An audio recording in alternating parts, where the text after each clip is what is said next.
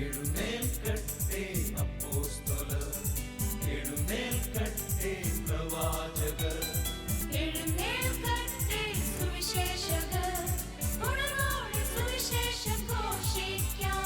എന്റെ ഭാരതം ഉണരണം, യേശുവിൽ വളരണം. എന്നെ ഉപയോഗിക്കൂ നാഥാ, എന്നെ ഉപയോഗിക്കൂ നാഥാ.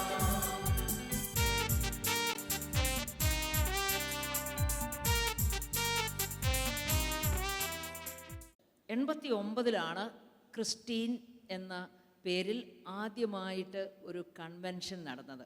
89 79 നമ്മൾ കുട്ടികളുടെ പ്രോഗ്രാം തുടങ്ങി. 10 കൊല്ലമായപ്പോൾ കർത്താവ് നയിച്ചു. അതുകൊണ്ട് എനിക്ക് പൂർണ്ണമായിട്ടും പറയാൻ സാധിക്കും, this ministry is in the hands of God. അപ്പം 89 ആദ്യത്തെ കൺവെൻഷൻ, 1000 പേരുടെ കൺവെൻഷൻ വിചാരിച്ചു. 2500 പേര് വന്നു. അത്ഭുതകരമായിട്ട് ദൈവം എല്ലാം ക്രമീകരിക്കുന്നത് കാണാൻ സാധിച്ചു. അത് വലിയൊരു സാക്ഷ്യമായിരുന്നു. ആ കൺവെൻഷനോട് കൂടിയാണ് നമ്മൾ ഈ മിനിസ്ട്രിക്ക് ക്രിസ്റ്റീൻ എന്ന പേര്, ടീനേജേഴ്സ് ഫോർ ക്രൈസ്റ്റ് എന്ന പേര് വന്നത്. അത് ബഹുമാനപ്പെട്ട ജോസ് നവസച്ചനാണ് ആ പേര് കണ്ടെത്തിയത്. പിന്നീട് നമ്മുടെ എല്ലാ പ്രോഗ്രാമുകളും ക്രിസ്റ്റീൻ എന്ന പേരിലാണ്. ക്രിസ്റ്റീൻ 89 നടന്ന സമയത്ത് ഞാൻ കണ്ട ഒരു അത്ഭുതം ഇതാണ്. കുട്ടികൾ ചിട്ടയായിട്ട് വഴികളിലൂടെ നടന്നു വരുന്നത് കണ്ടിട്ട് നമ്മളാരും വിളിക്കാതെ പത്രക്കാർ അവിടെ കോട്ടയം മൗണ്ട് കാർമൽ സ്കൂളിൻ്റെ ഗ്രൗണ്ടിൽ വന്ന് അവരുടെ കയ്യിൽ ഇമ്മീഡിയറ്റായിട്ട് കിട്ടിയ കുട്ടികളെ പിടിച്ച് ഇൻ്റർവ്യൂ ചെയ്തു. എന്നെ അത് വളരെയേറെ അത്ഭുതപ്പെടുത്തിയിരുന്നു. കുട്ടികളുടെ വഴിയിൽ കൂടി നടന്നു വരുന്ന ഡിസിപ്ലിൻ കണ്ടിട്ടാണ് അവർ, ഇതെന്ത് പരിപാടി, കുട്ടികൾ ഇത്ര ഡിസിപ്ലിനായിട്ട് വഴിയെ നടന്നു പോവുകയോ? അങ്ങനെ അവർ അന്വേഷിച്ചു വന്നാണ് മൗണ്ട് കാർമൽ മാതൃഭൂമിക്കാരെത്തിയത്. വളരെ മനോഹരമായിട്ട് അവരെഴുതി കുട്ടികളുടെ ഈ ഒരു പ്രോഗ്രാമിനെക്കുറിച്ച്. ഞാൻ ഇന്നും നന്ദിയോടെ ദൈവത്തിന് നന്ദി പറഞ്ഞുകൊണ്ട് നിൽക്കുന്നു. എല്ലാ മഹത്വവും ദൈവത്തിന് കൊടുക്കുന്നു. നമ്മൾ ചെയ്യേണ്ടത് ചെയ്യുമ്പോൾ ദൈവം ഏറ്റെടുക്കും. ദൈവം ഏറ്റെടുത്ത് ദൈവം പരസ്യം കൊടുത്തുകൊള്ളും. 89 കഴിഞ്ഞ് 89 ഒക്ടോബറിലായിരുന്നു പ്രോഗ്രാം. ഇതുപോലത്തെ ഒരു സമയത്ത് ഒക്ടോബർ കഴിഞ്ഞ് 90, 91, 92 വർഷങ്ങളിൽ ഞങ്ങൾ പല വർഷങ്ങളിലായി ക്രിസ്റ്റീൻ കൂടിയ കുട്ടികളിൽ നിന്ന് നേതൃത്വം ആഗ്രഹിക്കുന്നവരെ ഒരുമിച്ച് കൂട്ടി നേതൃത്വ പരിശീലനം കൊടുത്തു. 91, 92, 93 വർഷങ്ങളിൽ. 94 ഡിവൈൻ റിട്രീറ്റ് സെൻറ്ററിൽ വെച്ച് നമ്മൾ ക്രിസ്റ്റീൻ 94 എന്ന പേരിൽ ഒരു വലിയ കൺവെൻഷൻ ഒരുക്കി. ഡിവൈനും ക്രിസ്റ്റീനും ചേർന്നുള്ള ഒരു കൺവെൻഷനായിരുന്നു. അതിൽ ഞങ്ങൾ ഒരു വർഷത്തോളം ഇങ്ങനെ അതിനുവേണ്ടി പ്രാർത്ഥിച്ചുകൊണ്ടിരുന്നു. ഓരോ സ്റ്റെപ്പും എടുക്കേണ്ടത് കർത്താവ് ഇങ്ങനെ സന്ദേശം വഴി തരുന്നുണ്ടായിരുന്നു. ഒരു ദിവസം ഞങ്ങളവിടെ പ്രാർത്ഥിച്ചുകൊണ്ടിരിക്കുമ്പോൾ പെട്ടെന്ന് ഒരു സന്ദേശം കിട്ടുകയാണ്. ഡിവൈൻ റിട്രീറ്റ് സെൻറ്ററിൻ്റെ മെയിൻ ഹോളിൽ ബാൽക്കണി കാണുന്നു. അപ്പോൾ ഇവിടെ അങ്ങനെ ഒരു ബാൽക്കണി അന്നില്ല. ഞങ്ങൾക്ക് വണ്ടർ തോന്നി. പക്ഷേ പ്രോഗ്രാമിൻ്റെ ദിവസങ്ങളായപ്പോൾ ഇവിടെ സ്ഥലം തികയില്ല എന്ന് കണ്ടപ്പോൾ പനക്കലച്ചൻ ഇവിടെ പുറകിൽ ബാൽക്കണി ഉണ്ടാക്കി. Praise the lord. Step by step ഇത് പിന്നെ പുതുക്കിയൊക്കെ കാര്യങ്ങൾ ചെയ്തപ്പം ബാൽക്കണി മാറ്റിയതാണ് കേട്ടോ. കുറേ നാൾ ഇവിടെ ഉണ്ടായിരുന്നു. അപ്പോൾ സ്റ്റെപ്പ് ബൈ സ്റ്റെപ്പ് നമ്മളെ ദൈവം ഇങ്ങനെ ചെയ്യേണ്ട കാര്യങ്ങളൊക്കെ പറഞ്ഞ് ചെയ്യിപ്പിക്കുന്നത് കാണാൻ സാധിച്ചു. അന്ന് 23,000 കുട്ടികളാണ് ഇവിടെ വന്നത്. 8 സ്റ്റേജിലായിട്ട് പ്രോഗ്രാം നടന്നു. 8 സ്റ്റേജിൽ 400 വോളണ്ടിയേഴ്സ് ഉണ്ടായിരുന്നു ക്രിസ്റ്റീൻ്റെ കൂട്ടത്തിൽ. അന്ന് എന്തിനും ക്ലാസ് എടുക്കാനോ എന്തിനും തയ്യാറുള്ള 400 ശുശ്രൂഷകരുണ്ടായിരുന്നു. ഈ 400 ശുശ്രൂഷകർ 8 സ്റ്റേജിലായിട്ട് നിന്നുകൊണ്ടാണ് പിന്നെ ഈ ഡിവൈനിലെ ശുശ്രൂഷകർ ബാക്കി കാര്യങ്ങളെല്ലാം ചെയ്യാനായിട്ട്. അങ്ങനെ വളരെ അത്ഭുതകരമായിട്ട് ഈ ഒരു കൺവെൻഷൻ നടക്കുന്നതിന് തൊട്ട് മുമ്പ് വളരെയേറെ പ്രയാസങ്ങളിലൂടെ കടന്നുപോയ നിമിഷങ്ങളുണ്ട്. പക്ഷേ പ്രയാസങ്ങളുടെ ഫലം കണ്ടത് കൺവെൻഷൻ്റെ സമയത്താണ്.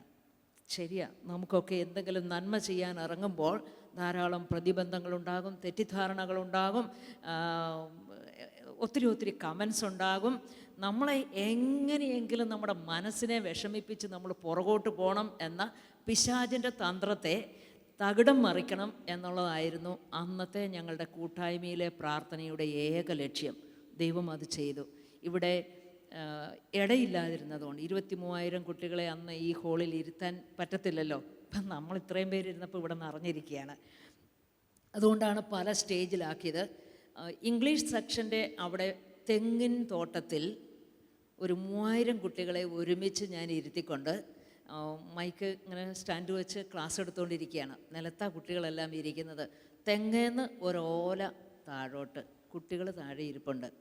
എൻ്റെ അമ്മേ, വിളിച്ചു പറഞ്ഞാൽ അവിടെ ഉണ്ടാകാൻ പോകുന്ന ഓട്ടവും ആ പ്രയാണത്തിൻ്റെ ഫലമായിട്ട് അപകടവും മനസ്സിൽ കണ്ടു. എല്ലാം ഒറ്റ സെക്കൻഡ് കൊണ്ട് സാധിക്കണം. ഒറ്റ കാര്യമേ എനിക്ക് ചെയ്യാൻ സാധിച്ചുള്ളൂ. ഞാൻ യേശുവേ എന്ന് ഉറക്കെ വിളിച്ചു. എനിക്ക് വേറെ ഒന്നും ചെയ്യാനില്ലായിരുന്നു. ഞാൻ എൻ്റെ കൺമുമ്പിൽ ഒരു കാര്യം കണ്ടു. ആ താഴോട്ട് വന്നുകൊണ്ടിരുന്ന ഓല ഈ സ്ലോ മോഷൻ എടുത്തിട്ട് പതുക്കെ ഇങ്ങനെ തല തിരിഞ്ഞു. അവിടെ ഒരു സിസ്റ്റർ നിൽപ്പുണ്ടായിരുന്നു. ആ സിസ്റ്ററിനോട് ഞാൻ പറഞ്ഞു, ഏറ്റവും പുറകിലെ ഭാഗത്ത് നിൽക്കുന്ന സിസ്റ്റർ ഒന്ന് മുകളിലേക്ക് നോക്കിക്കേ, ആ ഓല പതുക്കെ ഒന്ന് പിടിച്ചെടുക്കുക. സിസ്റ്റർ വളരെ കൂളായിട്ട് ആ ഓല പിടിച്ചെടുത്തു. പിന്നീട് എനിക്ക് ആ കുട്ടികളോട് കൂടുതലൊന്നും പ്രസംഗം പറയേണ്ടി വന്നില്ല. ദേ സോ ഇറ്റ്. കണ്ണുകൾ കൊണ്ട് അവർ കണ്ടു. ഞാൻ പിന്നെ ഇങ്ങനെ അത്ഭുതങ്ങളുടെ പിന്നാലെ പോകുന്ന ഒരു വ്യക്തി അല്ലാത്തത് കൊണ്ട് ഇതൊന്നും ഒത്തിരി വേദികളിലൊന്നും പറഞ്ഞ് കൈയടിപ്പിക്കാൻ നിൽക്കാറില്ല. പക്ഷേ ഇവിടെ എനിക്ക് തോന്നുന്നു നിങ്ങൾ ലീഡേഴ്സാണ്. നമ്മൾ സുവിശേഷം പ്രഘോഷിക്കാൻ ഇറങ്ങുമ്പോൾ നമ്മുടെ കൂടെ നിറഞ്ഞ് വ്യാപരിക്കുന്ന ഒരു ദൈവം, എൻ്റെ കൈ എത്താത്തിടത്തെ എനിക്കെത്തിയാലും എനിക്ക് എന്ത് ചെയ്യാൻ പറ്റും? ഒന്നും പറ്റത്തില്ല. പക്ഷേ നമ്മുടെ കർത്താവിൻ്റെ കരങ്ങൾ രക്ഷിക്കാനാവാത്ത വിധം കുറുകിപ്പോയിട്ടില്ല എന്നും നമ്മൾ സുവിശേഷ വേല ചെയ്യാൻ ഒരുങ്ങുമ്പോൾ അവിടെ കർത്താവിൻ്റെ നീട്ടിയ കരങ്ങൾ നമ്മളെ സംരക്ഷിക്കുവാനും നമ്മളുടെ വചനം കേൾക്കുന്നവരെ സംരക്ഷിക്കുവാനും അതിൻ്റെ വഴികൾ ഒരുക്കുവാനും നമ്മുടെ കൂടെ നിരന്തരം നിൽക്കുന്നതാണ് എന്നുള്ള ഒരാഴമായ വിശ്വാസത്തിലേക്ക് നമുക്ക് വരാം. അതിന് ഞാൻ ഈ പങ്കുവെച്ച ഉദാഹരണം നിങ്ങൾക്ക് സഹായകരമാകട്ടെ. പ്രകൃതിയുടെ സിദ്ധാന്തത്തെ മറികടന്നുകൊണ്ടുള്ള ആ ഒരു അത്ഭുതം ഇന്നും എൻ്റെ ഓർമ്മയിൽ എനിക്ക് പ്രചോദനമാണ്. ഏത് തിരക്കിട്ട പ്രശ്നം പിടിച്ച സാഹചര്യങ്ങളിലേക്കും സുവിശേഷം പ്രഘോഷിക്കാൻ ഇറങ്ങിപ്പോകാൻ എനിക്ക് പ്രചോദനമായിട്ട് നിൽക്കുന്നത് ഈ ഒരു സംഭവമാണ്. നമ്മൾ കത്തോലിക്ക സഭയിൽ ക്രിസ്തു ശിരസ്സും നമ്മളെല്ലാവരും അതിൻ്റെ ഒരു അവയവവുമാണ്. ഈ ഒരു അനുഭവം നമുക്ക് സ്വന്തമാണെങ്കിൽ, എവിടെയെങ്കിലും പ്രശ്നങ്ങളുണ്ടെങ്കിൽ, എവിടെയെങ്കിലും ആരെങ്കിലും പരസ്പരം കൊല്ലുന്നുണ്ടെങ്കിൽ, അല്ലെങ്കിൽ വൈരാഗ്യത്തിൽ കഴിയുന്നുണ്ടെങ്കിൽ, തീർച്ചയായിട്ടും ആ ഒരു വേദന എനിക്ക് ഫീൽ ചെയ്യണം. ആ വേദന ഫീൽ ചെയ്താൽ എനിക്ക് അടങ്ങിയിരിക്കാൻ പറ്റുമോ? പോകാൻ പറ്റിയാൽ അവിടേക്ക് പോകണം. അതിൽ പങ്കുചേരാൻ നമുക്ക് സാധിക്കണം. ഞാനിങ്ങനെ ആഗ്രഹിച്ചു, പ്രാർത്ഥിച്ചു, ദൈവമേ എന്നെ അവിടേക്ക് കൊണ്ടുപോകണമേ. എനിക്കറിയാം ഒത്തിരി ദൂരമുണ്ട്, കേരളത്തിൽ നിന്ന് മണിപ്പൂരിലേക്ക് ഒത്തിരി ദൂരമുണ്ട്. പക്ഷേ പോകാൻ സാധിച്ചു. ബഹുമാനപ്പെട്ട ഫാദർ ധീരജ് സാബു അച്ഛൻ്റെ കൂടെയാണ് ഞാൻ പോയത്. അവിടെ ചെന്നു. അവിടെ സുവിശേഷം പ്രഘോഷിക്കാൻ അവർ ട്രാൻസ്ലേറ്റ് ചെയ്യണം നമ്മൾ പറയുന്നതൊക്കെ. അത്ഭുതം ഞാൻ പലത് കണ്ടു, പല അത്ഭുതങ്ങളും കണ്ടു. ക്ഷമയുടെ അത്ഭുതം ഏറ്റവും കൂടുതൽ കണ്ടത് ഞാൻ അവിടെയാണ്. ഞാനിങ്ങനെ ക്ലാസ് എടുത്തുകൊണ്ടിരിക്കുമ്പോൾ നാഗന്മാരും കുക്കികളും എൻ്റെ ക്ലാസ്സിലുണ്ട്. എല്ലാവരും മതാധ്യാപകർ. അവർക്കാണ് ഞാൻ ക്ലാസ് എടുക്കുന്നത്. ഞാൻ വിചാരിച്ചു ഈ ഗ്രൂപ്പിനോട് പറഞ്ഞിട്ടേ കാര്യമുള്ളൂ, ഇവരാണ് മറ്റുള്ളവരെ പഠിപ്പിക്കുന്നത്, ഇവരോട് കാര്യമായിട്ട് തന്നെ പറയാം. പ്രാർത്ഥിച്ചൊരുങ്ങി ക്ലാസ് എടുക്കാൻ തുടങ്ങിയപ്പോൾ നാഗന്മാർ കുക്കികളെ കൊന്നിട്ടുണ്ട്, അങ്ങനെയൊക്കെ ഉണ്ട്, എല്ലാ സംഭവങ്ങളും അവിടെയുണ്ട്. ഒരു കുക്കി പയ്യൻ എഴുന്നേറ്റ് നിന്നിട്ട്, പയ്യനല്ല ഒരു യുവാവ് എഴുന്നേറ്റ് നിന്നിട്ട് പറഞ്ഞു, ഞങ്ങളുടെ നിയമം അനുസരിച്ച് കണ്ണിന് പകരം കണ്ണ്, പല്ലിന് പകരം പല്ല്, ഞങ്ങൾക്ക് പകരം വീട്ടാതെ പറ്റില്ല, ക്ഷമിക്കാൻ പറ്റത്തില്ല. ഉള്ളു പടയ്ക്കുന്ന നിമിഷങ്ങളായിരുന്നു. അവിടുത്തെ അച്ഛൻ എൻ്റെ ചെവിയിൽ വന്ന് പറഞ്ഞു, ബി കെയർഫുൾ, സൂക്ഷിക്കണം. ഇവർക്ക് ദേഷ്യം വന്നാൽ പിന്നെ കണ്ണും മൂക്കും കാണത്തില്ല. ഇവരിത്തിരി വികാരം പ്രകടിപ്പിക്കുന്നവരാണ്. ഞാൻ അവിടെ നിന്നുകൊണ്ട്, ദൈവമേ ഞാനിപ്പോൾ എന്താണ് ചെയ്യേണ്ടത്? ക്ലാസ് അവസാനിപ്പിക്കണോ പിരിച്ചുവിടണോ? പല ചിന്തകളും വന്നു. ധീരജ് അച്ഛനോട് ഞാൻ പറഞ്ഞു, അച്ഛൻ്റെ അധികാരം ഉപയോഗിച്ച് അച്ഛൻ ബന്ധിച്ച് പ്രാർത്ഥിച്ചുകൊണ്ടിരിക്കുക. അച്ഛൻ്റെ അധികാരം ഉപയോഗിച്ച് അച്ഛൻ ബന്ധിച്ച് പ്രാർത്ഥിച്ചുകൊണ്ടിരിക്കാൻ ഞാൻ ക്ലാസ് തുടരും. അങ്ങനെ അച്ഛൻ പ്രാർത്ഥിച്ചുകൊണ്ടിരുന്നു, ഞാൻ ക്ലാസ് തുടർന്നു. എൻ്റെ മുമ്പിൽ ഏറ്റവും പ്രധാനപ്പെട്ട ക്ഷമ ഞാൻ കണ്ടു. ആ എഴുന്നേറ്റ് നിന്ന് തർക്കിച്ചു കൊണ്ടിരുന്ന യുവാവ് ഒരു നാഗ ചേട്ടനെ കെട്ടിപ്പിടിച്ച് കണ്ണുനീരൊഴുക്കി ക്ഷമ ചോദിച്ചു. പിന്നീടാണ് ഞാൻ അറിഞ്ഞത്, ആ നാഗ മനുഷ്യൻ്റെ കുഞ്ഞിനെ, മകനെ ഈ കുക്കികൾ വണ്ടി ഉന്തിയിട്ട് കൊന്നതാണ്. അതിന് അവർ പോയി പകരം വീട്ടി. അപ്പോൾ ആ പകരം വീട്ടലിന് പകരം വീട്ടാൻ നിൽക്കുന്ന കുക്കി യുവാവായിരുന്നു മറ്റേത്. ഏതായാലും അവരൊരു നല്ല മാതൃക കാണിച്ചു. പിന്നെ അങ്ങോട്ട് ഭയങ്കരം ഒരു അനുതാപത്തിൻ്റെ ഒരു പ്രളയം എനിക്ക് കാണാൻ സാധിച്ചു. ഞാൻ നോക്കുമ്പോൾ സ്ത്രീകളൊക്കെ പള്ളിയിൽ ചെന്ന് നെഞ്ചത്തടിച്ച് നിലവിളിച്ചുകൊണ്ടാണ് അനുതാപത്തിനായിട്ട് പ്രാർത്ഥിക്കുന്നത്. ദൈവത്തിൻ്റെ മുമ്പിൽ കരുണയ്ക്ക് വേണ്ടി, ക്ഷമയ്ക്ക് വേണ്ടി അവർ മുട്ടുകുത്തി കുമ്പിട്ട് കിടന്ന് പ്രാർത്ഥിച്ചു. മണിക്കൂറുകളോളം പ്രാർത്ഥിച്ചു. അന്ന് വേറെ പിന്നെ ഒത്തിരി ക്ലാസ്സൊന്നും എടുത്തില്ല. പിന്നെ ഞങ്ങളൊരു ആരാധന നടത്തിയതേ ഉള്ളൂ. ആരാധന കഴിഞ്ഞപ്പോൾ മുഖം പ്രകാശിക്കുന്നത് കാണണമായിരുന്നു ഈ മനുഷ്യരുടെയൊക്കെ. ഞാൻ 3 പ്രാവശ്യം മണിപ്പൂരിൽ പോയിട്ടുണ്ട്. ഇപ്പോൾ ഏതായാലും ദൈവാനുഗ്രഹത്താൽ അന്ന് നമ്മൾ വിതച്ച വചനത്തിൻ്റെ ഫലമുണ്ടെന്ന് ഞാൻ പൂർണ്ണമായിട്ടും വിശ്വസിക്കുന്നു. പണ്ടത്തേതുപോലെയുള്ള അത്രയും കൊലപാതകങ്ങളൊന്നും ഇപ്പോൾ നാഗന്മാരും കുക്കികളും തമ്മിൽ മണിപ്പൂരിൽ കേൾക്കാനില്ല. Price the Lord. അപ്പോൾ അത് നമുക്ക് ഫീൽ ചെയ്യേണ്ടത്, ഞാൻ ആദ്യം പറഞ്ഞതുപോലെ, നമ്മൾ മിശിഹായുടെ ശരീരത്തിൻ്റെ ഭാഗമാണ്. ആ ഒരു ഒന്നാകൽ, വണ്ണസ്, ദൈവത്തോട് ചേർന്നുള്ള ആ വണ്ണസിൽ എനിക്ക് ഫീൽ ചെയ്യുമ്പോഴാണ് നമുക്ക് വേദനിക്കുന്നവരുടെ അടുത്തേക്ക് ചെന്ന് അവരുടെ പ്രശ്നങ്ങൾക്ക് പരിഹാരമാകുവാൻ നമ്മളെ തന്നെ വ്യയം ചെയ്യാനായിട്ട് സാധിക്കുക. റിസ്ക് ഉണ്ട്, പക്ഷേ ഈ റിസ്കിലാണ് ദൈവത്തിന് തൻ്റെ ശക്തി നമുക്ക് വെളിപ്പെടുത്തി തരാൻ സാധിക്കുക.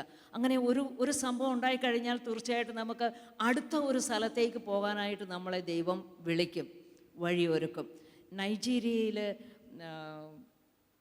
എബോള പൊട്ടിപ്പുറപ്പെട്ട സമയം, അവിടെ സുവിശേഷ പ്രഘോഷണത്തിന് വേണ്ടി ഞാൻ എല്ലാ കാര്യങ്ങളും ക്രമീകരിച്ചു കൊണ്ടിരിക്കുമ്പോഴാണ് എബോള വന്നു. പോകാൻ പറ്റില്ലല്ലോ. എനിക്ക് കൂടെ വരണമെന്ന് പറഞ്ഞവരൊക്കെ കുറച്ച് പേടിയൊക്കെ ഉണ്ടായിരുന്നു. അവർ എന്നോട് പറഞ്ഞു, എങ്ങനെയാ മേർക്കുട്ടി പോണോ? ഞാൻ പറഞ്ഞു, ഞാൻ പിന്നോട്ടില്ല. എബോള പിടിച്ച് മരിച്ചാലും ശരി, ഞാൻ നൈജീരിയക്ക് പോകും. പോയി ഒരെബോളയും പിടിച്ചില്ല. നല്ല ഒന്നാന്തരം സുവിശേഷ പ്രഘോഷണം അവിടെ നടത്താനായിട്ട് സാധിച്ചു. അത് ഒരു വലിയ സാക്ഷ്യമായി, അവരുടെ ഇടയിൽ വലിയ സാക്ഷ്യമായി. അവർ പറഞ്ഞു, ഞങ്ങൾ വിചാരിച്ചു നിങ്ങൾ വരത്തില്ലെന്ന്.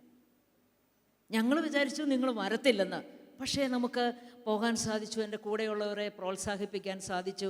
നമുക്ക് ഈ രക്തസാക്ഷിത്വം എന്നൊക്കെ പറയുമ്പോൾ ഒരു പക്ഷേ നമ്മൾ ആരെങ്കിലും വന്ന് നമ്മളെ എന്തെങ്കിലും കാണിച്ച് ഒറ്റ വീട്ടിനെ കൊല്ലുന്ന ഒരു രക്തസാക്ഷിത്വം മാത്രം നമ്മുടെ മുമ്പിൽ നിരന്നാൽ പോരാ, ഓർമ്മയിൽ പോരാ. നമുക്കൊക്കെ ഓരോ നിമിഷവും നമ്മുടെ കർത്താവിന് വേണ്ടി നമ്മളെ തന്നെ വ്യയം ചെയ്യുന്ന രക്തസാക്ഷ്യത്തിലേക്ക് വളർന്നാൽ അത്ഭുതങ്ങളും അടയാളങ്ങളും നമ്മുടെ കൺമുമ്പിൽ നമുക്ക് കാണാൻ സാധിക്കും. അതിനുള്ള ധാരാളം അവസരങ്ങൾ നമ്മുടെ മുമ്പിലുണ്ട്. പക്ഷേ ചിലപ്പോൾ നമ്മൾ ഇഗ്നോർ ചെയ്ത് കളയുന്നു. അതിന് ഞാനാണോ പോകേണ്ടത്? അങ്ങനെ വിചാരിച്ചങ്ങോട്ട് പോകുന്നത് കൊണ്ടാണ്. ഇനി വീണ്ടും ഇങ്ങനെ ആഫ്രിക്കയിൽ ഇപ്പോൾ ഞങ്ങൾ 3 രാജ്യത്ത് പോയിട്ടുണ്ട് കേട്ടോ. 3 രാജ്യത്തും ഒരുപാട് നന്മ ചെയ്യാനായിട്ട് സാധിച്ചു. ഉഗാണ്ടയിൽ ഞാൻ പോയപ്പോൾ കണ്ടത് ഇതാണ്. മൈക്കില്ല, വെയിലത്ത് 10,000 കുട്ടികളും ഒരു 20,000 മനുഷ്യരും ഇരിക്കുക. ഞാൻ കുട്ടികളെ ധ്യാനിപ്പിക്കുക. നമ്മൾ പറഞ്ഞാൽ അവർക്ക് കേൾക്കാൻ പറ്റത്തില്ല.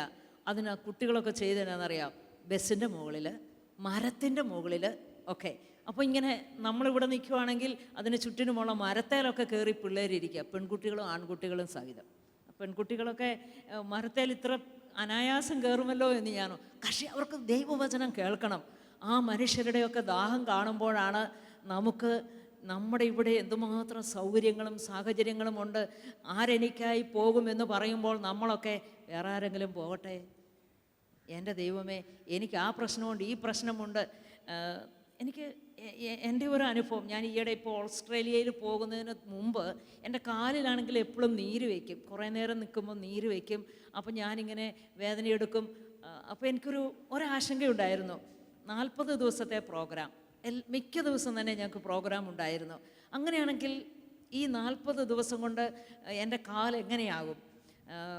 പക്ഷേ പോകാൻ നേരത്ത് ഞാൻ പറഞ്ഞു, ഈശോയെ എൻ്റെ കാലങ്ങോട്ട് തന്നേക്കാം. ഈശോ എടുത്തു, എൻ്റെ കാല് തന്നേക്കാം, എനിക്കിനി എൻ്റെ കാലെന്നും പറഞ്ഞുകൊണ്ട് ഞാൻ ഇരിക്കുന്നില്ല. എനിക്കൊരു അത്ഭുതം അനുഭവപ്പെട്ടത് ഇതാണ്, 40 ദിവസവും എൻ്റെ കാലിൽ നീരില്ലായിരുന്നു. ഇവിടെ വന്ന് കയറിക്കഴിഞ്ഞപ്പോൾ ഈ 40 ദിവസവും ദൈവം സംരക്ഷിച്ചാണെന്ന് തിരിച്ചറിയണമല്ലോ. ഇവിടെ വന്ന് കയറി ഓൺ ദ വേ ഒരല്പം, പിന്നെ ഇവിടെ വന്ന് കയറിക്കഴിഞ്ഞ് ഞാൻ നോക്കുമ്പം കാലിൽ നല്ല നീരുണ്ട്. എനിക്ക് അത്ഭുതം തോന്നി, ദൈവമേ എത്ര. അപ്പം ഞാൻ പറഞ്ഞു, ഇനി 40 ദിവസത്തേക്കല്ല, ആജീവനാന്തം കാല് തന്നേക്കാം. ശരിയാണ്, നമ്മളെയൊക്കെ കൊടുത്തതാണ്. എങ്കിൽ പോലും ഇങ്ങനെ ഓരോ സാഹചര്യത്തിൽ നമ്മൾ വീണ്ടും നമ്മളെ സമർപ്പിക്കണം, കൊടുക്കണം. അപ്പോൾ ദൈവം നമ്മളെ നല്ല ഉപകരണമാക്കും സുവിശേഷ വേലയ്ക്ക് വേണ്ടി എന്നുള്ളത്. 1992-93 ആ കാലഘട്ടത്തിലാണ് കേരളത്തിൻ്റെ വെളിയിലേക്ക് ക്രിസ്ത്യൻ സുവിശേഷ പ്രഘോഷണവുമായിട്ട് ഇറങ്ങിയത്. 97 മുതലാണ് വിദേശ രാജ്യങ്ങളിലേക്ക് സുവിശേഷ വേലയുമായിട്ട് പോകാനിട വന്നത്. ഒരു കാര്യം പറയട്ടെ, ഈ പോകാനൊക്കെ ഒരുങ്ങുമ്പോൾ എനിക്ക് പലപ്പോഴും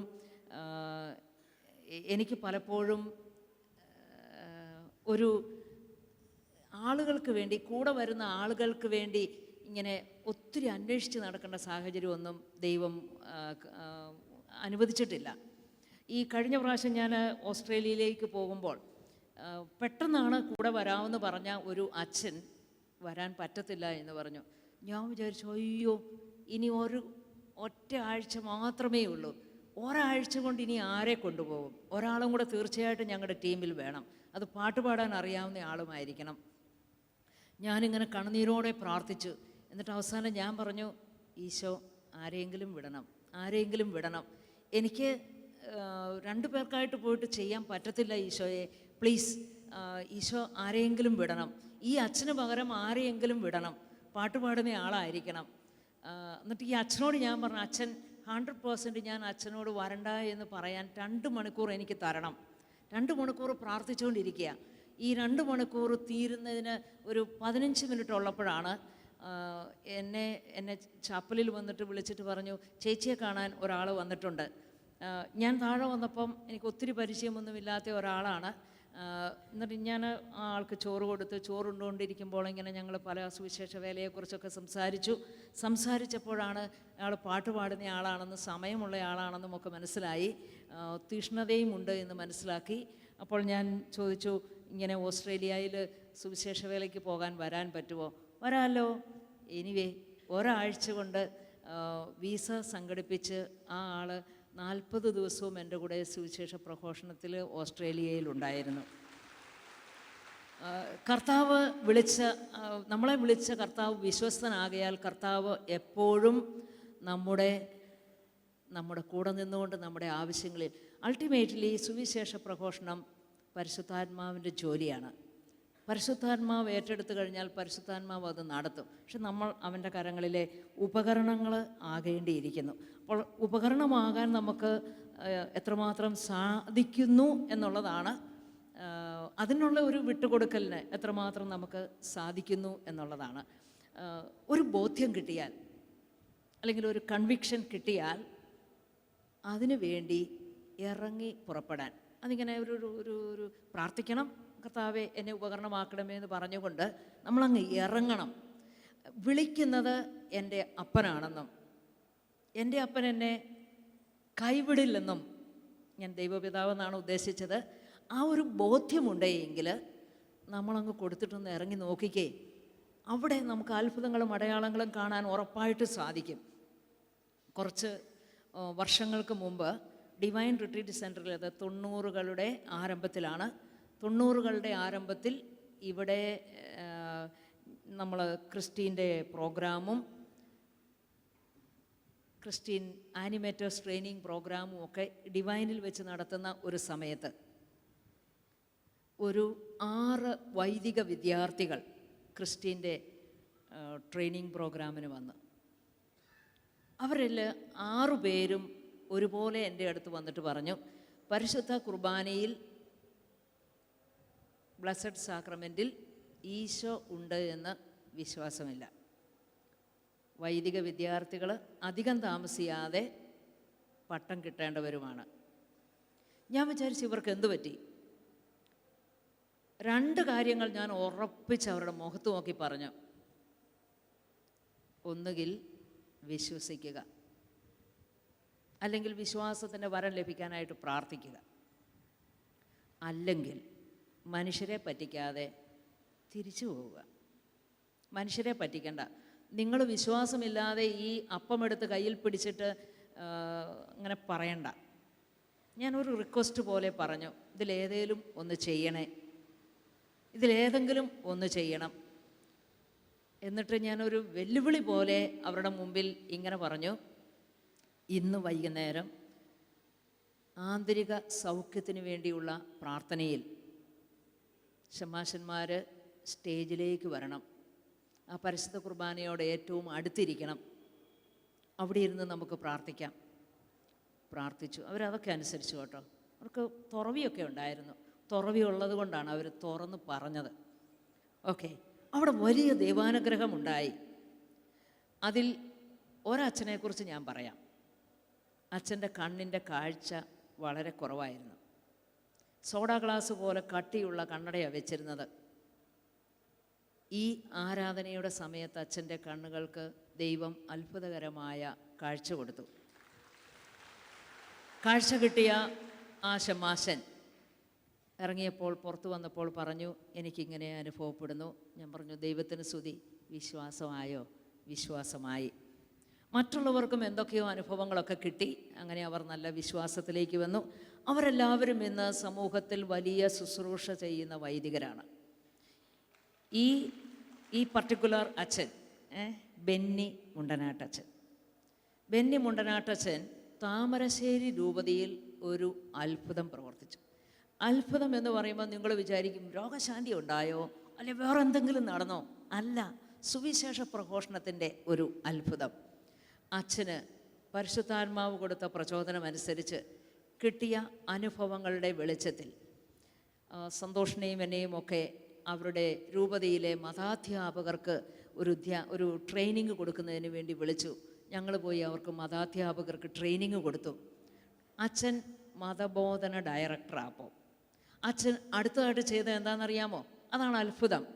112 ഇടവകയുണ്ട് അവിടെ. ഇപ്പോൾ കൂടുതലുണ്ടോ എന്ന് എനിക്കറിയത്തില്ല. അന്ന് 112 ഇടവകയുണ്ട് താമരശ്ശേരി രൂപതയിൽ.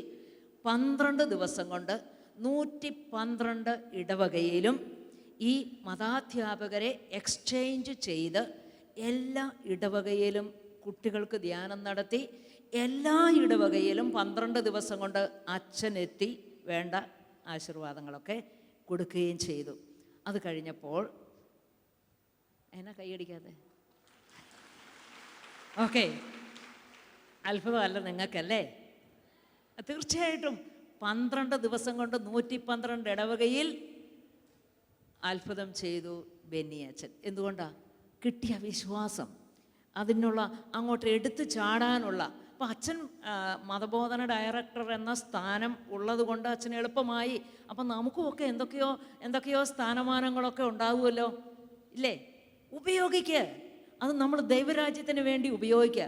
നമുക്ക് ചിലപ്പം ഏതെങ്കിലും ഒരു അവസ്ഥയിൽ, ഒരു ജീവിതാവസ്ഥയിലൊക്കെ നമ്മളെ ഇരുത്തിയേക്കുന്നത് നമ്മൾ വിചാരിക്കും, ഓ അതിങ്ങനെ ഞാനൊരു ദൈവവിളി തിരഞ്ഞെടുത്തതല്ലേ. ദൈവവിളി നമ്മൾ തിരഞ്ഞെടുക്കുന്നത് ദൈവത്തിൻ്റെ മറ്റൊരു വിളിക്ക് നിരന്തരം പ്രത്യുത്തരം കൊടുക്കാനായിട്ടാണ്.